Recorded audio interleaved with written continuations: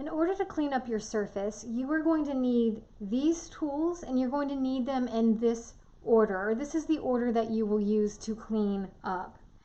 The clay shredder, the serrated rib, that's the rib with teeth, the metal rib that does not have teeth, a sponge, and a rubber rib. The rib should be soft and flexible. That one is usually the red rib or the blue rib. You don't always have to start with the clay shredder. The clay shredder is really only useful when you have a long way to go. For example, I have a lot of bumps in here.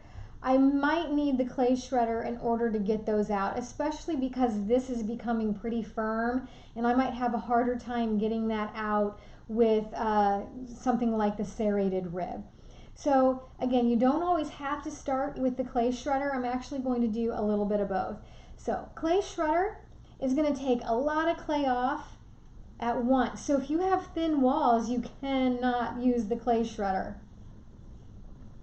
But I know my walls are pretty thick, so I'll be able to kind of get in here and use that clay shredder.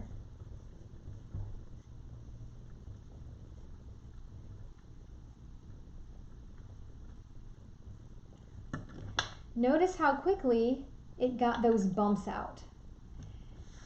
After you use the clay shredder, you can use the serrated rib. And this is where many of you will start, is the serrated rib. Even if you have a surface that doesn't need a lot of cleaning, you still want to go in and you want to serrate your entire project. I've mentioned before that this serrated rib helps compress your walls.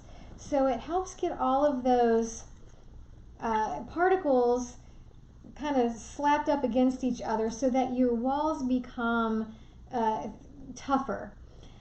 That is going to be less cracking, less warping in the future. When you're using the serrated rib, you are going to be using it at an angle, and you're going to be using it in a back and forth. And the nice thing about the serrated rib is it picks up clay that you can then find a divot somewhere and press that clay back in. When you do that, you're going to want to work the clay in by, again, going back and forth.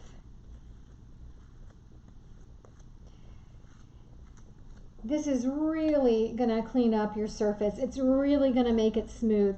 If you do not use the serrated rib and you go right to the next step, which is just the plain rib, you will have divots in your surface. I cannot stress that enough.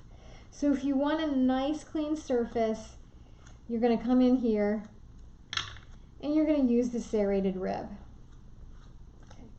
Now, chances are you don't want all of those teeth marks, so that takes us to the metal rib that does not have teeth in it.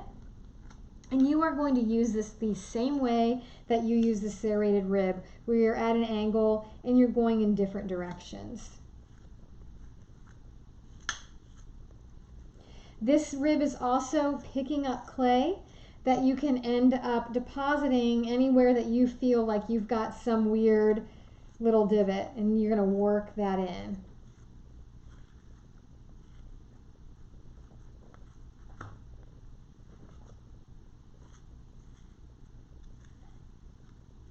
Sometimes you may have to get the clay off, especially the more toward you're almost done that you are going to be. Go ahead and pull the clay off so that it stops making these little deposits. All right, so once you are finished with the metal rib, then you are going to use a wet sponge. This is a wrung out sponge. You're not going to put a lot of water on this. You're going to use the sponge because the rubber rib, which is what's coming next, is going to, it's going to need something wet to slide against. So the sponge starts taking out any weirdness that you had with that metal rib. But what the sponge also does, and you're not going to be able to see it until you actually do this, it pulls away the tiny little particles of clay, and it leaves behind the little rocks that you feel in the clay. That's called grog, which is actually clay that's been brought up to temperature and then ground and then put back into your clay. And that grog is what gives your clay body. It's what helps hold the clay together. So when you're pulling the little particles away and you're leaving the groggy particles behind, it leaves this really kind of weird bumpy surface. So if you don't like the way that looks, that's when you're going to need to come in with the rubber rib. Softer the better. That's going to be the red one, or it's going to be a blue one, but it's going to be nice and soft. And you're going to kind of turn the rib or bend the rib in your hand like this, and at that angle you're going to go ahead and run across the surface. You may need to pull extra clay off.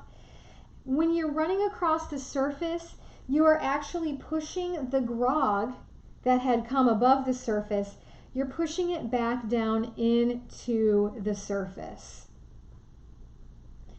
And when I said smooth as a baby's butt, I meant it. Look at that.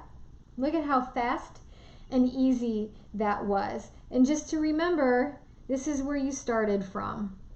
And within, I don't know, 5 minutes maybe, this is where you ended up. So you do want to go through these steps before you start putting attachments on. And definitely you're going to want to go through some of these steps before you actually let it dry out completely. So cleaning up the surface, and now we have a happy little surface.